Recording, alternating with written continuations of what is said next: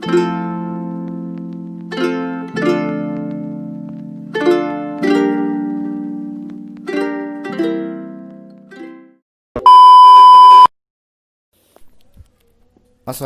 warahmatullahi wabarakatuh. Perkenalkan, nama saya Muhammad Jafar Siddiq, NRP 09180458. Di sini saya akan menjelaskan cara kerja dan merangkai sebuah rangkaian elektropneumatik dengan siklus C+, A+, C-, B+, B-, A-. Sebelum saya merangkai sebuah rangkaian dengan siklus tersebut, maka di sini saya pertama-tama akan menjelaskan terlebih dahulu bagaimana cara penempatan silinder kerja ganda dan solenoid dengan menggunakan katup 5/2, pengaktif solenoid dan pembalik solenoid.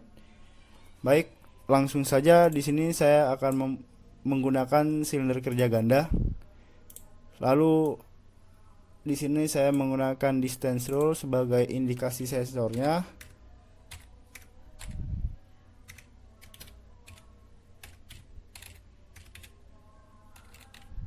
Selesai. Kemudian saya menggunakan solenoid 5/2 ya. Nah, ini merupakan katup 5/2. Lalu kalian bisa ngeklik 2 kali pada komponennya, kemudian ubah ke dalam bentuk gambar seperti ini ya. Oke, langsung dirangkai saja. Di sini saya tulis 1Y, lalu di sini saya tulis 2Y, lalu ada kompresor. Oke, untuk pembuangan anginnya di sini saya menggunakan pembuangan angin dengan peredam, yang mana simbolnya seperti ini. Oke, untuk pengaplikasian bagaimana cara peletakan silinder sama katup 5/2 sudah selesai. Oke, di next video selanjutnya saya akan merangkai elektropneumatik dengan siklus C+, A+, C-, B+, B-, A-. 75 years later. Baik, berjumpa lagi dengan saya di sini. Akhirnya saya menyelesaikan rangkaiannya. Tadi kebetulan ada beberapa kendala mengenai rangkaiannya karena adanya tabrakan siklus. Jadi tadi itu siklus yang tertabrak dari silinder A sama silinder B. Pada saat silinder B maju, silinder A-nya malah mundur secara bersamaan. Kebetulan itu siklusnya pada saat tombol start ditekan sesaat. Tapi pas saya tekan tahan, malah trouble itu yang ada. Jadi saya mencari solusi bagaimana caranya ketika tombol start ditekan tahan atau lock, rangkaian tersebut bakal mengikuti siklus secara kontinu. Gak ada yang namanya tabrakan siklus lagi. Jadi ini udah jadi rangkaiannya setelah saya revisi beberapa kali. Di sini saya menambahkan tombol emergensi ya sebagai safety pada rangkaiannya. Saya menggunakan push button NC dengan lock pada buttonnya. Kemudian untuk yang tombol startnya saya menggunakan push button NO tanpa ada lock atau pengunci. Oke. Di sini saya jelasin dulu. Di sini saya pisah ya. Ini saya menggunakan beberapa relay, terutama ada 5 relay ya di sini. Itu saya gunakan lebih banyak tujuannya agar siklus-siklus tersebut tetap tertata rapi. Jadi gak terjadinya bentrok atau perbalikan siklus akibat dari salah peletakannya sensor. Jadi saya amankan dulu sensornya di sini. Sensor yang saya amankan tuh antara C0 dan A0 karena ini rawan banget terjadinya tabrakan siklus. Nah, kemudian di sini saya pisahin juga nih, ada skat, bukan skat sih, tapi jarak antara relay kontak sama solenoid.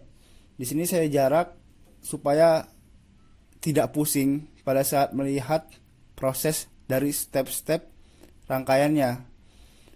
tanpa basi-basi lagi, saya akan langsung menerapkan dan menjelaskan step-step dari rangkaian tersebut. Di sini ada tombol pause ya, kita klik tombol pause saja. Ya di sini ada beberapa kesalahan, nggak apa-apa sih. Nah, di sini saya coba mengaplikasikan ketika tombol start ditekan sesaat. Jadi ketika tombol start ditekan sesaat, maka K1 aktif dan rangkaian pun terkunci. Kemudian pada kontak K1 yang lainnya itu kebetulan ada di line 15 dan itu mengaktifkan solenoid 5Y yang mana itu katup 5/2 nya dari silinder C. Kemudian pada saat 5Y aktif solenoidnya ya, maka silinder akan maju ke posisi C1. Nah, di sini ketika C1 aktif, maka 1Y akan aktif. Nah, 1Y aktif membuat silinder A bergerak maju menyentuh A1. Nah, ketika A1 teraktuasi, maka relay K2 ini akan mengunci. Nah, bisa dilihat ini rangkaiannya mengunci ya. Nah, ketika terkunci, di sini ada pemutus nih K2-nya untuk memutuskan K1. Tujuannya biar nanti kalau misalnya maksudnya silinder C itu mau mundur, tidak terjadi bentrokan. Nah, jadi saya matikan langsung. Nah, ketika K2 aktif, maka dia mengaktifkan 6Y. Yang mana 6Y ini digunakan untuk menggeserkan katup 5/2 atau solenoid 5/2 ini ke posisi sebelah kanan katup. Bisa dilihat pada stepnya ya. Nah, di sini silinder C sudah mundur nih. Sudah mundur ke posisi C minimum. Nah, untuk mengaktifkan ke step selanjutnya, maka di sini C0 itu teraktuasi.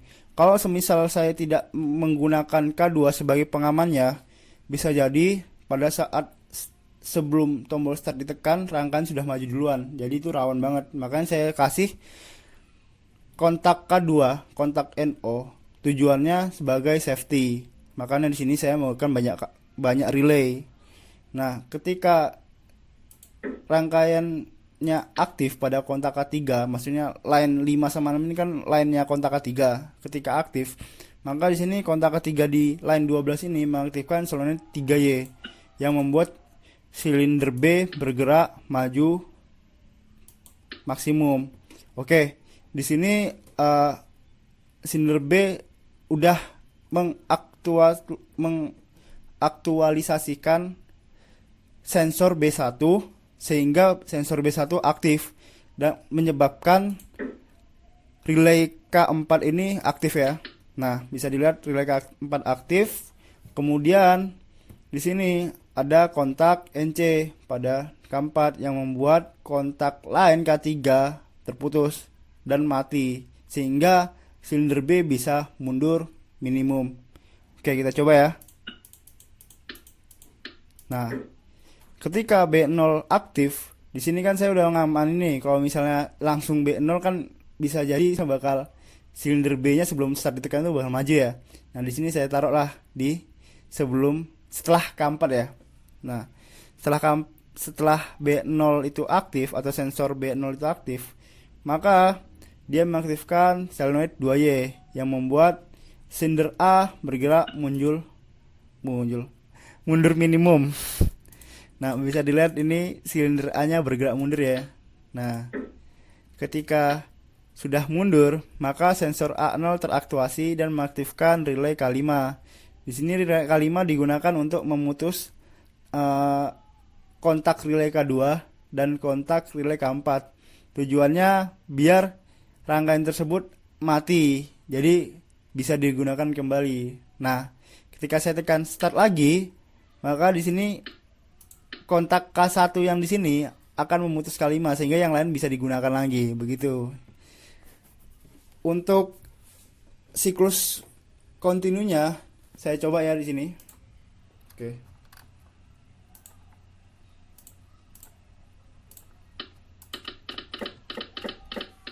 Nah, bisa dilihat rangkaiannya bergerak sesuai dengan siklus yang kita buat dan tidak ada terjadinya bentrokan. Nah, di sini saya mau menjelaskan mengenai penggunaan sensor yang lengkap. Tujuannya sensor di sini kalau kita gunakan itu untuk mempermudah kita mencari jalan keluar jika terjadinya tabrakan. Itu fungsinya sensor ya. Jadi usahakan pada saat membuat rangkaian elektropneumatik menggunakan sensor yang lengkap ya. Jangan sensor A, dari silinder A ini caranya menggunakan A0, dari silinder B hanya menggunakan C0. Jangan. Kalau bisa semuanya dipakai. Soalnya di sini sensor tersebut berperan sangat penting. Kemudian di sini saya menggunakan relay.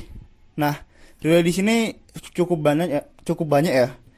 Tujuannya dari saya menggunakan relay yang banyak ini gunanya untuk mengamankan rangkaian jika terjadi bentrokan. Jadi saya bisa mengalihkan rangkaiannya itu ke relay saat yang lain untuk memutus rangkaian lainnya. Itu fungsinya relay. Nah, di sini kebetulan mungkin bisa dibilang nih kayak rangkaian kasket ya. Di sini saya menggunakan satu rangkaian kasket. Itu sudah cukup untuk menyelesaikan semuanya.